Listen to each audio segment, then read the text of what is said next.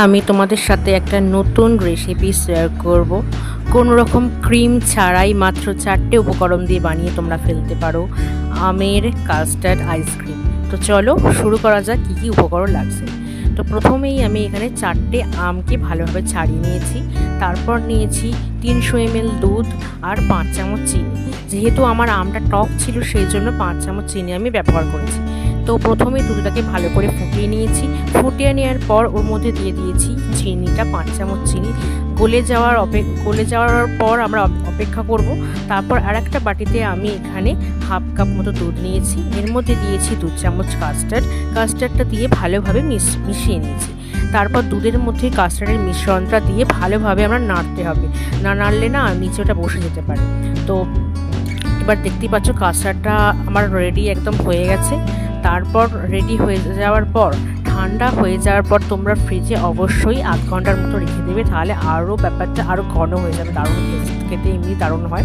তারপর আমি আমটাকে ভালোভাবে কেটে নিয়েছি। কেটে নিয়ে এবার আমরা কি করব, আমরা মিক্সিতে এটাকে ভালোভাবে ব্লেন্ড করে নেব। তো তোমরা অবশ্যই এটা করবে।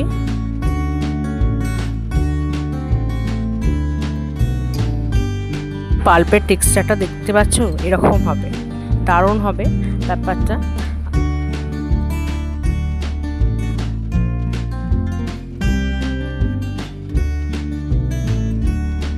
তারপর আমরা কি করব, ওই যে আমি ফ্রিজে যে কাস্টার্ডটা রেখেছিলাম ওইটার মধ্যে আমের পাল্পটা দিয়ে দেবো। দিয়ে ভালোভাবে নেড়ে নিতে হবে। দেখতে পাচ্ছ একটা স্মুদি ব্যাটার রেডি হয়ে যাবে। এবার তোমরা তোমাদের পাত্রে সেটাকে ঢেলে নিয়ে উপর দিয়ে একটু আমের টুকরো ছড়িয়ে দিতে পারো। এর মধ্যে তোমরা একটু কাজু বা আমন্ডও দিতে পারো। আমার কাছে আমের টুকরোই ছিল, শুধু সেটাই দিয়েছি।